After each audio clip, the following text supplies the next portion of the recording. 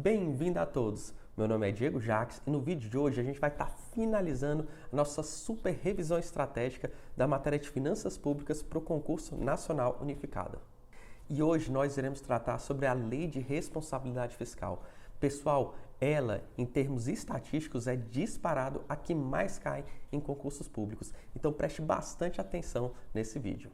E o que você está achando dessas nossas aulas, dessas nossas revisões? Está gostando do vídeo, pessoal? Se ele for útil para você, já dê aquele joinha. E também, caso queira aprender mais sobre finanças públicas, não deixe de se inscrever aqui no canal também. Vamos deixar de enrolação e logo para o que interessa. Então hoje a gente vai falar sobre a Lei de Responsabilidade Fiscal. Primeiramente, pessoal, a gente tem que ver a aplicabilidade dessa lei. Então vamos lá, ela serve para todos os entes, pessoal, tanto União, Estado, Distrito Federal e municípios. Então aqui todo mundo, desde o município pequeno até a União, todo mundo tem que respeitar o que está dentro da Lei de Responsabilidade Fiscal. Inclusive, além de todos os entes têm de respeitar ela, também todos os poderes, executivo, legislativo, aqui abrangendo quem? Os tribunais de contas, o Poder Judiciário, o Ministério Público e, apesar de não estar claro aqui também, a Defensoria Pública, ou seja, todo mundo, União, Estado, Distrito Federal e municípios, mas todos os poderes têm de observar o que está disposto na nossa Lei de Responsabilidade Fiscal. Além de que todas a administração direta, ou seja, os órgãos, os ministérios, os fundos, as autarquias, as fundações e as empresas estatais dependentes. Então, a única entidade que não precisa se submeter à Lei de Responsabilidade Fiscal são as empresas estatais independentes, porque as dependentes elas têm de observar o que está disposto aqui na Lei de Responsabilidade Fiscal. E para a gente entender a diferença entre uma empresa dependente e uma empresa independente, para fins de lei de responsabilidade fiscal, é bom primeiramente a gente entender o que seria uma empresa controlada, ou seja, aquela empresa que o Estado ele pode ou não colocar dentro do seu orçamento. Então vamos lá, o que é uma empresa controlada pelo governo?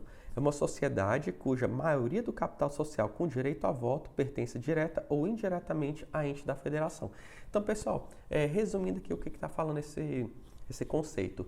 Se as deliberações, se quem efetivamente vai mandar naquela empresa vai ser o governo, ela vai ser uma empresa controlada. Que vai ser essa questão aqui da maioria do capital social com direito a voto, ou seja, quem vai definir os rumos da companhia. Se essa maioria desses rumos serem definidos pelo poder público, ela vai ser uma empresa controlada. Então agora, pessoal, qual vai ser a diferença entre uma empresa dependente, que ela vai ter que observar o que está na LRF, e uma empresa independente, que ela não precisa observar o que está na LRF? Então, uma empresa estatal dependente é uma empresa estatal controlada pelo ente, ou seja, esse primeiro conceito que a gente viu antes, e além dela ser controlada, para ela ser dependente, ela tem que receber recursos por parte do governo para o pagamento das suas despesas com pessoal e de custeio em geral. Então, vamos lá pensar. Ela é uma empresa qualquer, mas ela não consegue, com os seus lucros, com as suas receitas, elas não conseguem fazer o que essas empresas? Elas não conseguem pagar seu próprio pessoal. Então, nesse caso, ela é uma empresa que é dependente. E além disso, vamos supor, ela às vezes consegue até pagar seu pessoal e seus custeios em geral, essa empresa. No entanto, quando ela quer aumentar o seu patrimônio, por exemplo, um investimento, ela precisa da mesma forma do Estado.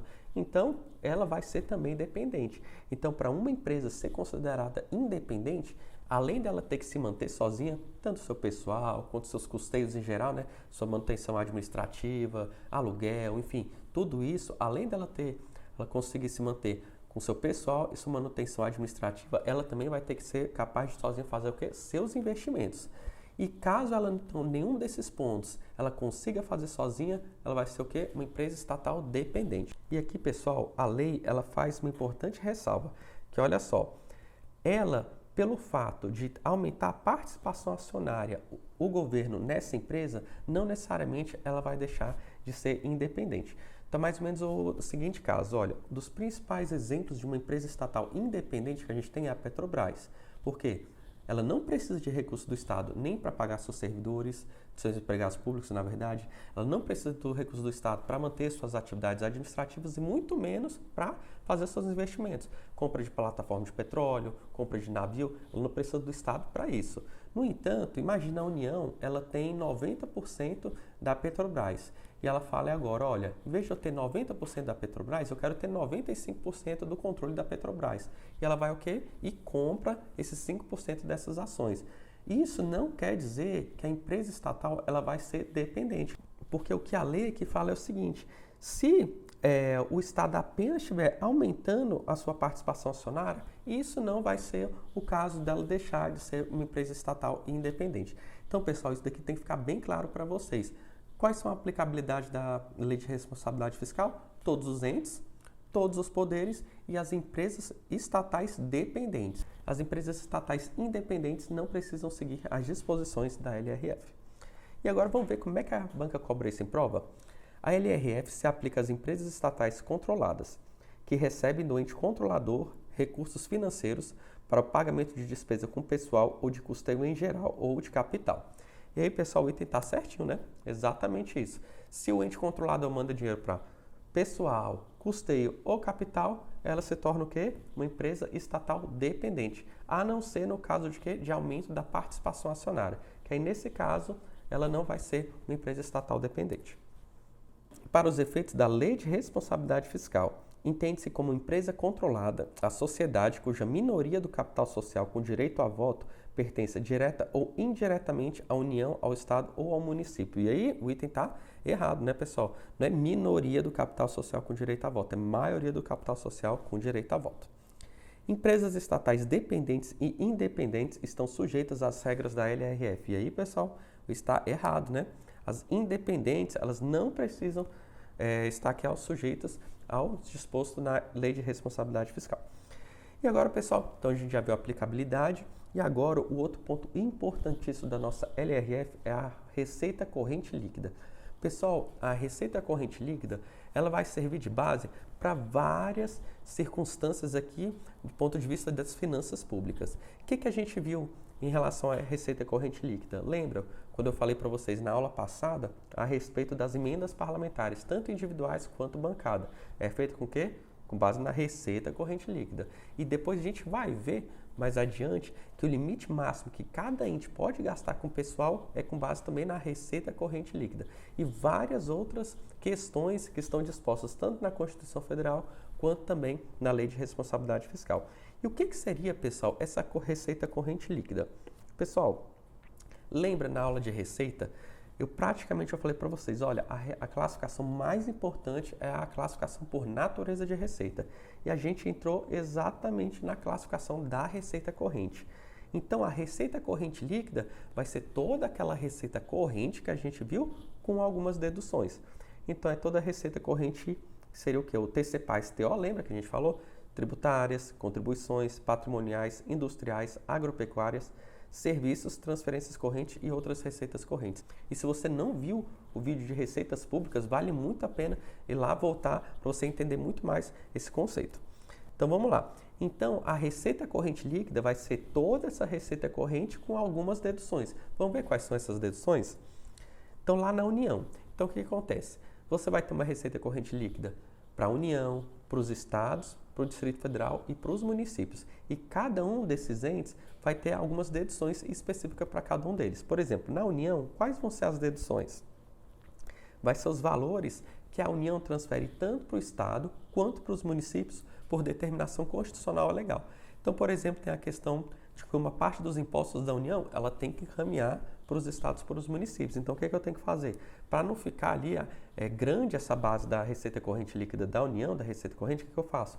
Aquilo que a União ela tem que repassar para os outros entes, eu já tiro aqui da minha receita corrente para virar a minha receita corrente líquida. Além disso, outras contribuições sobre a folha de salários do trabalhador e do PIS/PASEP. Nada disso vai entrar também na receita corrente líquida da União. E nos estados, pessoal, quais vão ser as parcelas que eu vou ter que deduzir para virar a receita corrente líquida? Então, vai ser todo esse somatório da receita corrente do estado, deduzindo o quê? As parcelas que eu transfiro para quem? Para os municípios por determinação constitucional. Então, por exemplo, eu estou no estado do Goiás, como é que vai ser a minha receita corrente líquida? Vou pegar toda a receita corrente que o estado arrecadou e deduzir aquela parcela da receita que eu tenho que obrigatoriamente mandar para os municípios do Goiás. E como é que funciona com os municípios? O município já é o final da parcela arrecadatória. Então, o que acontece? Em relação às receitas que ele arrecada, ele não precisa deduzir nada, que ele não transfere dinheiro para ninguém. Já aqui, pessoal, eu vou colocar aquela dedução que é comum, tanto para a União, Estado, Distrito Federal e municípios. Então, vai ser a contribuição dos servidores para o custeio do seu sistema de previdência. Então, aqui, pessoal, porque não é uma receita do Estado, aquela contribuição dos servidores, ela não pode integrar uma receita corrente do próprio Estado, no município ou da União. Então, o que você faz? Você já deduz essa parte da contribuição desses servidores. E também a compensação financeira entre regimes. Por exemplo, uma pessoa que era da União e passou um concurso no Estado. A União, ela tem que depois passar todos os recursos que essa pessoa contribuiu na União e mandar para o Estado. Então, isso que seriam essas compensações financeiras. Em regra, pessoal, é toda essa contribuição dos servidores públicos, né, do seu regime de previdência. Então, o que acontece? Todas essas contribuições, tanto na União, Estado, Distrito Federal e municípios, elas são deduzidas. E como é que funciona a apuração dessa receita corrente líquida? Ela tem 12 meses de apuração. Então, por exemplo, se eu estou agora em agosto, eu tenho que pegar agosto mais os 11 meses anteriores para dar o total de 12 meses. Da mesma forma, por exemplo, se eu estou em dezembro, eu tenho que voltar até janeiro do ano para dar 12 meses e com isso eu calcular minha receita corrente líquida. Então, como é que ela vai ser feita? Eu somar a arrecadação do mês em referência e mais os 11 meses anteriores, tirando qualquer duplicidade. E agora vamos ver como é que as provas cobram isso em concurso público. Segundo o disposto na LRF, a receita corrente líquida corresponde ao montante bruto de receitas tributárias, contribuições, receita de serviço e receitas patrimoniais. O item está o quê? Errado, né, pessoal? Não é receita bruta, é o quê? O montante líquido, né? Como é que funciona essa receita corrente líquida? Eu pego essa receita bruta e tiro o quê? Aquelas deduções e vira a minha receita corrente líquida. Próxima questão, a soma das receitas arrecadadas no mês em referência e nos 11 anteriores, excluídas duplicidades, é utilizada para apurar a receita corrente líquida. O item está certinho, né? Exatamente esse o conceito de receita corrente líquida. E a gente agora, avançando na matéria, a gente vai para outra que também despenca em prova, que é a limitação de empenho e alguns contingenciamentos. Como é que funciona isso, pessoal? Até eu coloquei aqui na tela, isso é importantíssimo. Aqui, pessoal, ocorre a limitação do empenho quando a arrecadação da receita é insuficiente para cumprir as metas de resultado primário ou nominal definidas na LDO. Na aula passada, a gente falou o seguinte, que a LDO ela vem definir as metas de resultado primário e nominal em consonância com a trajetória sustentável da dívida pública. Então, o que aconteceu? Vamos supor que eu previ que eu ia arrecadar 10 bilhões de reais. Mas vamos supor que ali, quando começou o ano, você falou, olha, a situação não está boa para o Estado. Na verdade, a previsão nossa é de arrecadar só 9. E o que vai acontecer com essa minha queda de receita? Todos os poderes, executivo, legislativo, judiciário, Ministério Público, Defensoria, todo mundo vai ter que dar sua contribuição e contingenciar essas despesas. Então, o que vai acontecer? Os poderes deverão promover, por ato próprio e nos montantes necessários, limitação de empenho e movimentação financeira. Então, aqui, pessoal, o que vai acontecer? O Poder Executivo ele vai falar, olha, pessoal, a gente teve frustração de 1 bilhão e Poder Judiciário corta um determinado montante, Legislativo esse outro montante e com base em quê? Com base nos critérios que eu já fixei na minha Lei de Diretrizes Orçamentárias. Então, aqui, pessoal, a Lei de Diretrizes Orçamentárias vai tanto fixar essas metas de resultado primário, quanto também ela vai falar dos critérios de como é que vai ser feito esse contingenciamento orçamentário.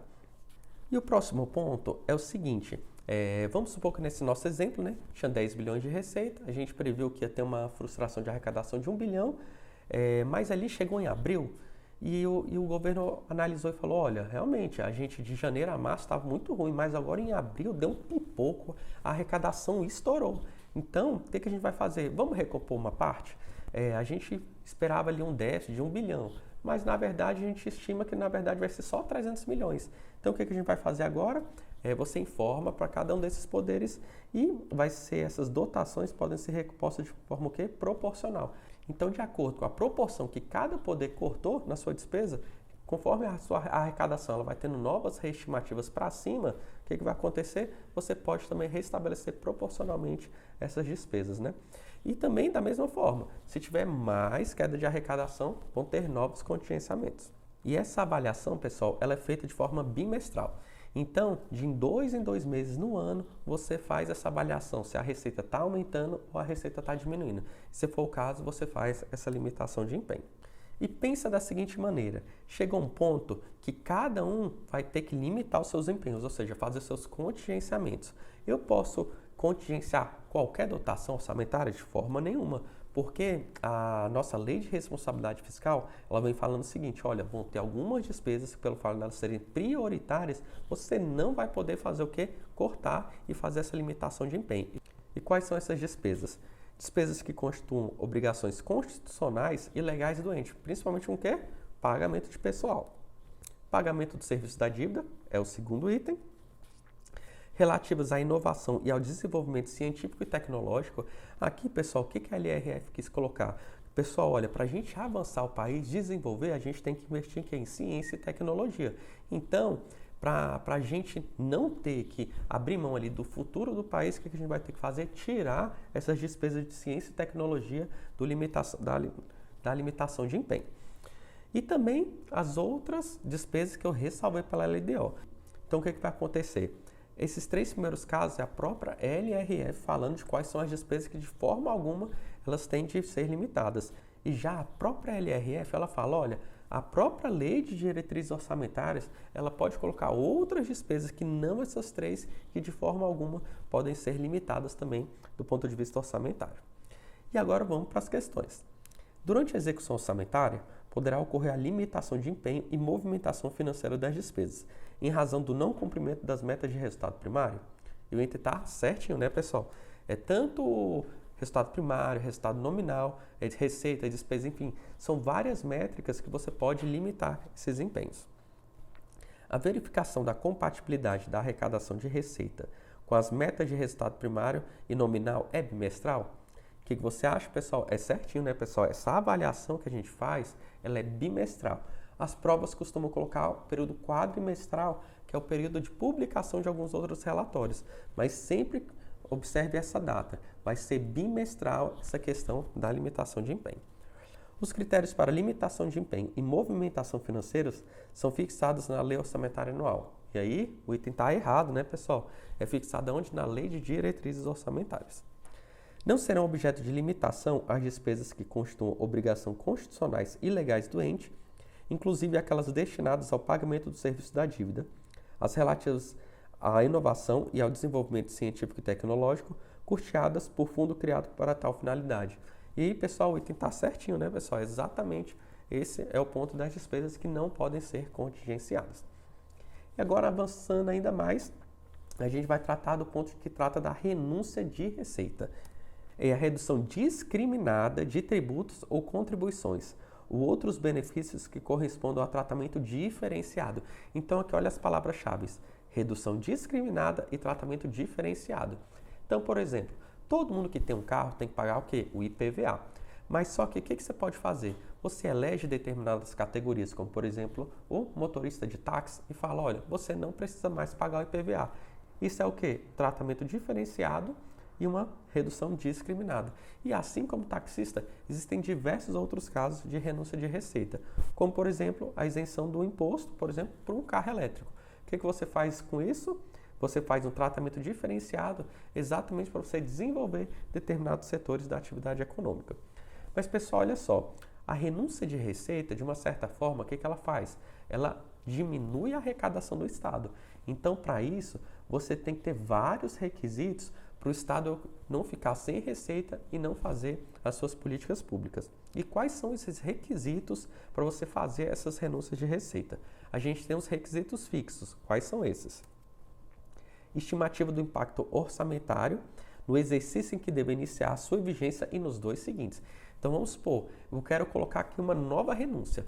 Eu tenho que fazer o seguinte, eu tenho que calcular quanto que ela vai custar nesse exercício agora e nos próximos 2. Além disso, eu tenho que atender o que está disposto na minha LDO. Então vamos supor que a minha LDO ela colocou uma série de requisitos ali para eu fazer uma renúncia de receita.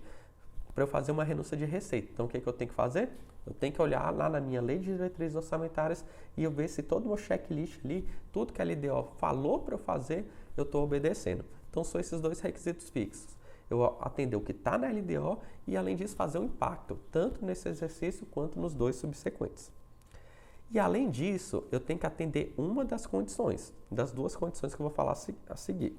Então, primeiro, eu falar que a renúncia foi considerada na estimativa da receita da lei orçamentária anual e que não afetará as metas fiscais, ou que a renúncia foi acompanhada de medidas de compensação por meio do aumento de receita, que é elevação de alíquota, base de cálculo, majoração ou criação de tributo ou contribuição. Então vamos lá, pessoal. A gente tem esses dois requisitos fixos, né? O impacto e mais as condições da LDO.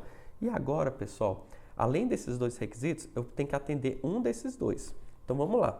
Eu tenho que falar, olha, vamos supor que agora eu estou em 2024 e eu estou encaminhando a minha lei orçamentária para 2025. O que eu já falo? Olha, essa minha renúncia, eu já fiz um impacto total, eu já vi o que está na LDO e eu já vou colocar na minha lei orçamentária anual já com essa renúncia já prevista. Mas vamos supor que eu já esteja agora nesse exercício financeiro agora. Ou seja, não previ na minha lei orçamentária anual. O que eu posso fazer? Eu posso fazer uma medida de compensação. E como é que eu faço isso? Como eu vou diminuir a minha receita por meio dessa renúncia, eu tenho que fazer o quê? Uma medida de compensação para aumentar uma outra receita. Então, eu vou aumentar uma alíquota, vamos supor, eu diminuir IPVA nesse carro dos taxistas, por exemplo. Eu aumento uma outra receita para compensar. Então, é dessa forma que funcionam os requisitos para você conceder uma renúncia fiscal. E lembrando que esse benefício só entrará em vigor quando implementadas as medidas. Então, vamos supor, no caso dos nossos taxistas, eu diminuí ali o IPVA do taxista, mas em compensação, por exemplo, eu aumentei outro tributo. Eu só vou conseguir efetivamente diminuir o IPVA dos taxistas quando aquela outra medida de compensação for efetivamente implementada. Então não adianta eu falar, eu estou diminuindo agora o IPVA dos taxistas, mas futuramente eu vou aumentar o meu tributo. Não, de forma alguma. Tem que ser, inclusive, prévio essa autorização para eu aumentar essa minha outra arrecadação. E vamos ver como é que as bancas cobram isso em prova? A renúncia de receita descrita na LRF compreende a concessão de isenção em caráter não geral. E aí, pessoal, exatamente, né? Caráter não geral ou então discriminatório. E a próxima questão, a renúncia de receita deve obrigatoriamente estar acompanhada da estimativa do impacto orçamentário financeiro referente apenas ao exercício que deve iniciar a vigência e ao exercício seguinte. O item está errado, né, pessoal? Ele é tanto no exercício atual quanto nos dois subsequentes. Representa fonte de compensação para a renúncia da receita a majoração ou criação de tributo. E aí, pessoal, certinho, né? O que eu estou fazendo? Eu estou diminuindo a minha receita por meio da renúncia e, em compensação, eu estou aumentando a minha receita, tanto pela minha majoração ou a criação de um tributo. E agora, o próximo ponto é como você aumenta uma despesa pública.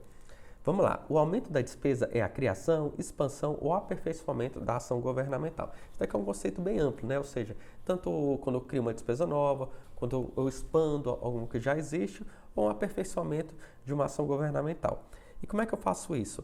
Para você aumentar essa despesa pública, eu tenho que ter alguns acompanhamentos dela. Eu tenho que ter uma estimativa do impacto orçamentário financeiro no exercício em que deve entrar em vigor e nos dois subsequentes. Lembra, é a mesma coisa que a gente viu lá na renúncia da receita. Eu tenho que fazer o impacto agora, nesse ano, e mais para os próximos dois. Além disso, quando eu criar qualquer despesa, o meu ordenador de despesa, ou seja, aquela pessoa ali, né, que realiza as despesas públicas numa secretaria de Estado, no ministério, aquela pessoa que efetivamente a gente fala que tem a chave do cofre ali do Estado, ele tem que falar o seguinte, olha, além de eu saber qual o impacto que eu vou ter dessa despesa pública, esse ordenador de despesa, ele tem que falar que essa minha despesa tem adequação com a LOA e compatibilidade com o quê? Com o PPA e com a LDO. E como é que funciona isso, pessoal? Ele vai falar o seguinte, olha, eu estou criando essa despesa com determinado impacto e, além disso, olha só, ela é adequada à LOA. Por que ela é adequada à LOA?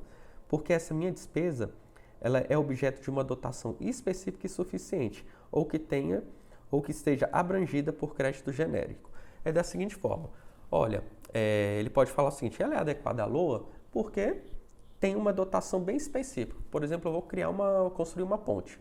a ponte, a terceira ponte em determinada localidade. Tá vendo aqui, ó, no meu orçamento da minha unidade, tem específico aqui, ó, o orçamento para a construção da terceira ponte. Então, tá vendo que ela tá uma dotação específica suficiente? Ele pode fazer desse jeito. Ou então ele pode falar de uma forma que ela está abrangida pelo código genérico. Então, muitas das vezes, lá no orçamento dele, não tem falando que é a construção da terceira ponte, mas ele tem falando no orçamento dele que tem lá falando construção de pontes pela cidade. E ele consegue demonstrar que aquele dinheiro é suficiente e que as outras construções, né, das pontes da cidade, elas já estão abrangidas nesse crédito, que ele fala que é esse crédito genérico.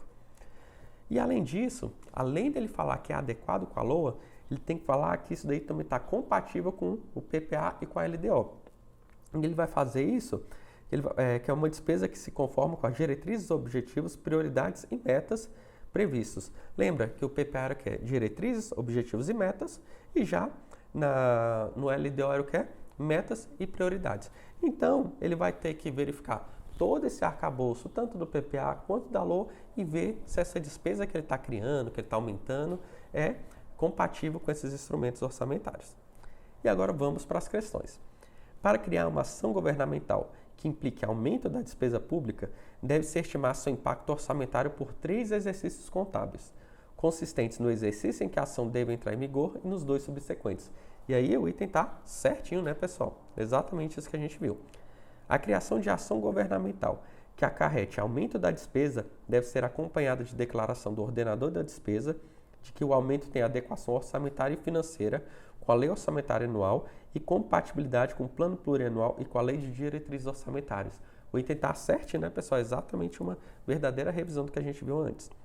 Uma análise da geração de despesa, à luz da lei de responsabilidade fiscal, deve concluir que a despesa é considerada adequada à lei orçamentária anual quando for objeto de dotação específica e suficiente. Exatamente também a questão. E agora, a gente já viu o que é uma despesa pública, aumento dessa despesa pública. E agora, pessoal, a gente vai ir em uma despesa pública que ela é como se fosse, a despesa é um gênero, né?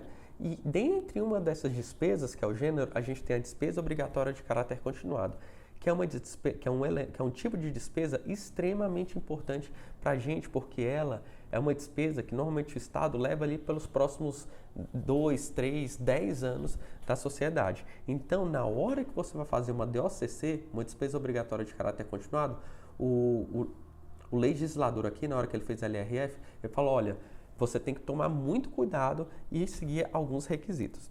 Então, a primeira coisa, a despesa obrigatória de caráter continuado é uma despesa corrente, ela não é uma despesa de capital. Então, aqui, por exemplo, investimento, construção de escola, construção de hospital, não é uma despesa obrigatória de caráter continuado, porque isso é o quê? É uma despesa de capital. E sempre quando a gente vai falando de uma DOCC, despesa obrigatória de caráter continuado, é sempre uma despesa corrente. E ela aqui, quais são os instrumentos que eu posso criar minha DOCC?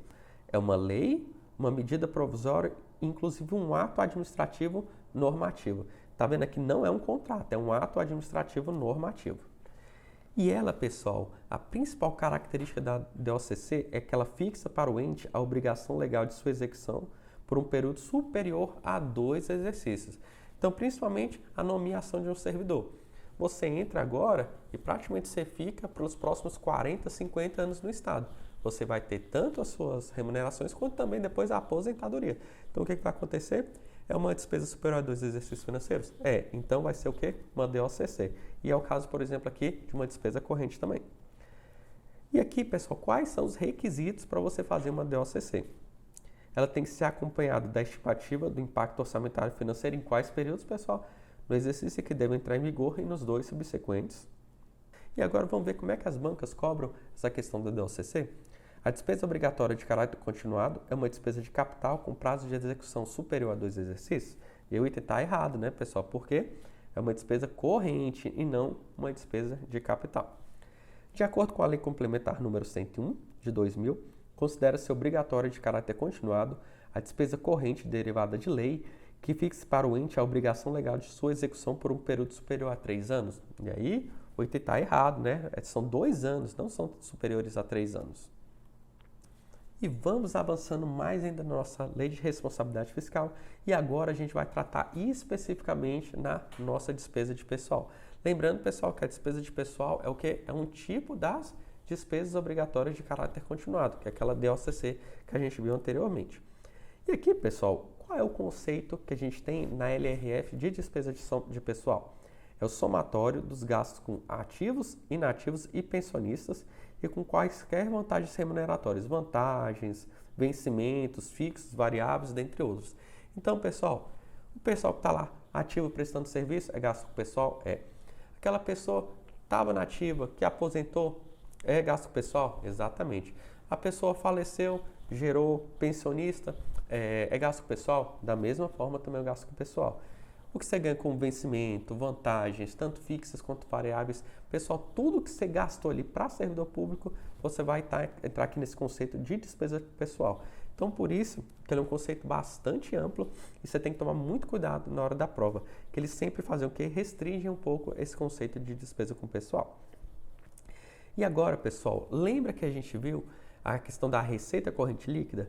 Aqui, uma das principais aplicações da receita corrente líquida é que por meio dela, a receita corrente líquida é a variável utilizada para o cálculo do valor do limite da despesa total com o pessoal.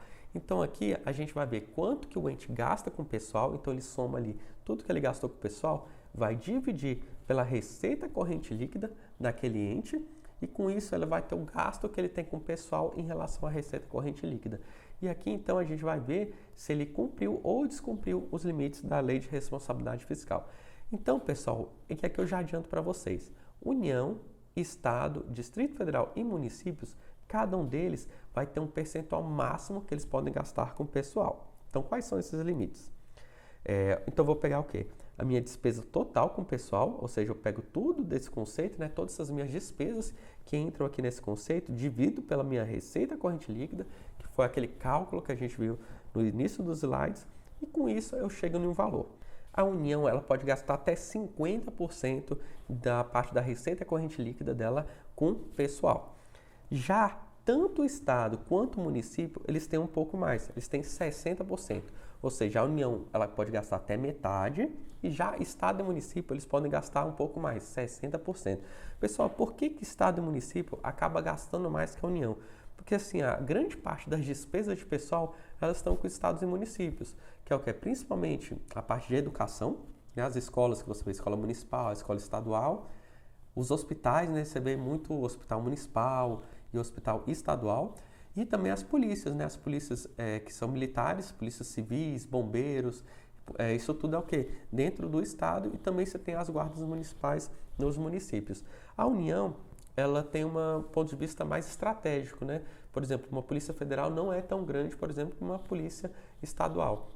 Então, por isso, pessoal, assim, como grosso modo das despesas de pessoal acontece efetivamente nos estados e nos municípios, eles têm um percentual maior. E agora vamos para as questões. A receita corrente líquida é a variável utilizada como base para o cálculo do valor do limite da despesa total com o pessoal da União, dos estados e dos municípios. O item está certinho, né? Nos estados, a despesa total com o pessoal em cada período de apuração não pode ultrapassar 60% da receita corrente líquida. O item está certinho também. Em um município, a despesa total com o pessoal em cada período de apuração não pode exceder os percentuais da receita corrente líquida de 60%. Tá certinho também, né? E como é que funciona a despesa? A gente viu que a União são 50%, mas como é que funciona a distribuição interna? A gente tem que o Poder Executivo ele pode 40,9%, o Poder Legislativo 2,5%, e aqui já inclui o TCU, e o Poder Judiciário 6%. Já o Ministério Público 0,6%. Já nos estados é 60%, sendo Poder Executivo aqui tem 49%, Poder Legislativo 3%, Poder Judiciário 6%. E o Ministério Público aqui ele já tem 2%. E aqui também inclui o Tribunal de Contas do Estado. E para finalizar, a gente tem a despesa de pessoal dos municípios. Ele é 60% sendo. Lembrando, pessoal, o que acontece? O município não tem nem judiciário e nem Ministério Público. Então vai ser só com o Executivo e com o Legislativo. Vai ser 54% para o Executivo e 6% para o Poder Legislativo. E com isso, a gente finalizou essa questão dos índices de pessoal. Aquilo lá também, pessoal, que eu coloquei os índices tanto da União, Estado, Distrito Federal e municípios, né, de uma forma global, cai muito nesses índices específicos como por exemplo o próprio Poder Legislativo, do Executivo. Inclusive, eu sugiro que vocês deem uma atenção especial, principalmente, em qual é o limite do Poder Executivo da União.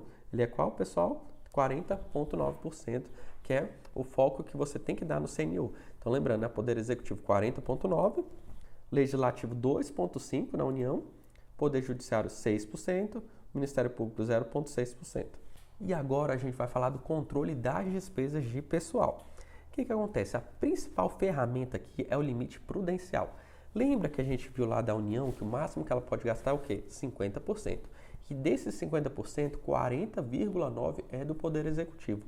Mas antes de você chegar nesse máximo, a Lei de Responsabilidade Fiscal ela fala, olha só, se você chegar nesse 95% daquele valor ali, dos 40,9%, eu não vou deixar você fazer mais uma série de gastos, para você já começar a frear e você não ultrapassar essa barreira. Então, o que acontece? Se você exceder esses 95%, você vai ser proibido o poder e o órgão de fazer o quê? Então, por exemplo, esse nosso caso foi o Poder Executivo que extrapolou. Mas, da mesma forma, pode ser o Ministério Público, que ele está ali bem próximo do limite máximo. Então, esse poder ou esse órgão que estiver ali 95% próximo do limite, ou seja, exceder esses 95%, o que ele vai estar vedado de fazer? Concessão de vantagem, aumento ou reajuste, ou seja, vai restringir esses aumentos salariais. No entanto, a única que você vai ter algumas ressalvas, como por exemplo, se tiver alguma sentença judicial ou se já teve alguma lei, algum contrato que coloque alguma coisa como uma prestação continuada para vários exercícios, aí você tem que cumprir o que está na lei. Mas se não tiver essa lei, esse contrato ou essa revisão geral anual, você não pode mais conceder nenhum tipo de reajuste. Além disso, você não vai poder criar cargo, emprego ou função. Você não vai poder alterar a estrutura de carreira que implique aumento de despesa. E também, pessoal, olha só, aqui se determinado estado, nesse determinado órgão chegou nesse limite prudencial, ele não vai poder, inclusive, fazer o quê? Provimento de cargo público, ou seja, fazer admissão ou contratação de pessoal a qualquer título. No entanto, tem algumas ressalvas. São as aposentadorias ou os falecimentos de servidores da área de quê? Educação, saúde ou segurança. Então, vão ser os únicos casos que vão estar excepcionados. E também alguma contratação de hora extra. Nada disso você vai poder fazer. E continuando esse meu controle das despesas de pessoal, agora pensa da seguinte forma, pessoal. Eu não cheguei nos 95%, eu descumpri totalmente. Lembra daquele que a gente viu lá dos 40,9% do Poder Executivo? Agora eu nem cheguei em 95% desse valor. Eu fiz o quê? Descumpri, fui lá para 50%, 60% desse valor. Quais vão ser as providências que eu tenho que adotar agora? Eu tenho que reduzir em pelo menos 20% das despesas com cargos em comissão ou função de confiança. Isso daqui não está previsto na LRF, está sim na Constituição Federal. Além disso, eu tenho que exonerar os servidores não estáveis. E olha só, pessoal, se mesmo eu reduzindo as minhas funções de confiança e exonerando os servidores não estáveis, se essas medidas não forem suficientes, o servidor estável pode, inclusive, perder o cargo. Tá vendo, pessoal, como é que é importante e por que cobra muito em prova essa questão do limite prudencial, de despesa com pessoal e receita corrente líquida? Porque essa daqui, pessoal, é uma das formas do servidor tanto não estável quanto o servidor estável ser demitido quando o Estado extrapola esse limite máximo com o pessoal. E avançando na LRF, a gente vai tratar aqui de algumas definições básicas de endividamento público. Então vamos lá. A primeira que você tem que ter em mente é a dívida pública consolidada ou uma dívida pública fundada. Aqui, pessoal, eu coloquei algum conceito anteriormente, mas o que você tem que saber é que quando eu trato de uma dívida pública consolidada, o que é uma coisa consolidada? Que já está firme, né? Ou seja, já vinha há algum tempo. Ou então fundada. O que seria isso? Seria uma dívida com prazo superior a 12 meses. Então, sempre quando você estiver na prova falando de algo, uma dívida pública consolidada ou fundada, lembre daquele endividamento que tem um prazo superior a 12 meses, ou seja, superior a um exercício financeiro. E a gente também tem a dívida pública mobiliária. Sempre quando a gente estiver falando de dívida pública mobiliária, a gente está falando dos títulos públicos. Principalmente a gente tem o Tesouro Direto. O que seria isso? É um título público, ou seja, quando você empresta seu dinheiro para a União, ela faz o que? Ela te dá um título e esse é um título público, é uma forma de endividamento que ela tem. E como isso é feito por meio de um título público emitido pela União, a gente chama isso de dívida pública mobiliária. Então, é um título público que normalmente a União coloca para os particulares e eles vêm e compram esse endividamento da União. E a gente também tem a operação de crédito. Aqui é como se fosse um empréstimo que você vai diretamente no banco. Mas a LRF, como a gente está tratando aqui de um bem público, né, quando a gente está falando de Estado, município, então além desse mútuo, né, que seria esse empréstimo, essa operação de crédito que a gente faz usualmente, né, quando eu vou no banco, ele me empresta uma determinada quantia, isso é um mútuo. Mas, assim, o Estado, para ele configurar isso como operação de crédito, não é só o mútuo, tem essas diversas outras características aqui e conceitos. Mas o que você tem que entender como operação de crédito é o que? Esse compromisso financeiro.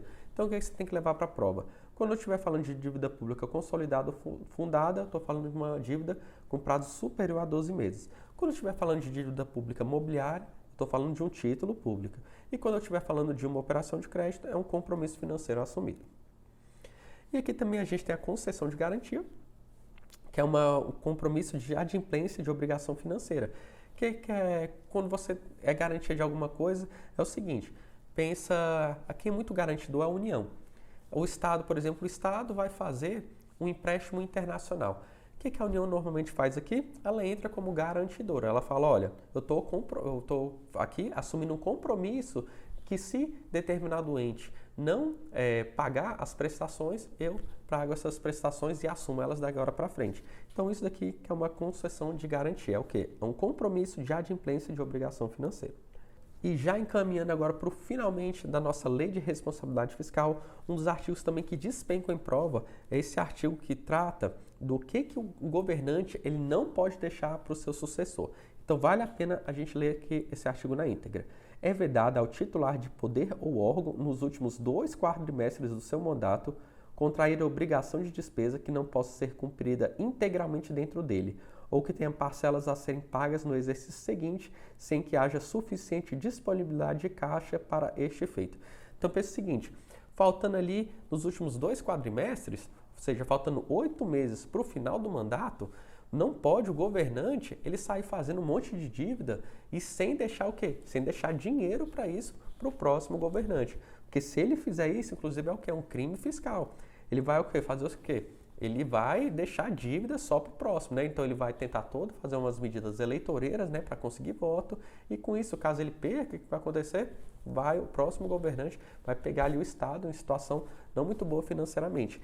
Então aqui o que esse artigo vem falando é o seguinte, olha, então faltando 8 meses, você não pode sair gastando o que você quiser.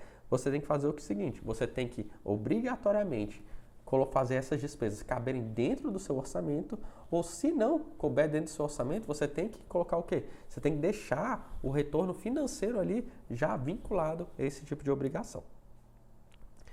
E também, para finalizar, em relação à preservação do patrimônio público, é vedada a aplicação da receita de capital derivada da alienação de bens e direitos que integram o patrimônio público para o financiamento de despesa corrente, salvo se determinado por lei aos regimes de previdência social geral e próprio dos servidores públicos. Então, o que ele vem falando? Olha, eu não posso vender um bem ou um direito meu, que é uma receita de capital, posso vender um lote, um apartamento, um conjunto habitacional, para eu financiar a despesa corrente. Então, eu não posso, por exemplo, vender um apartamento para pagar uma despesa de pessoal. Porque se eu fizer isso, eu estou fazendo o quê? Eu estou tirando o patrimônio do Estado para pagar uma despesa que, em tese, ela é rotineira. Ela nunca acaba. Então, por isso, o principal objetivo aqui é você preservar o patrimônio do Estado. E você, de uma certa forma, fazer o seguinte, olha, se eu estou alienando um bem, eu tenho que fazer o quê? Eu tenho que fazer uma despesa de capital também. Ou seja, eu estou vendendo um bem de capital, vendendo um apartamento, então aqui no melhor dos mundos é você o quê? Comprar um outro apartamento ou fazer um investimento ainda maior.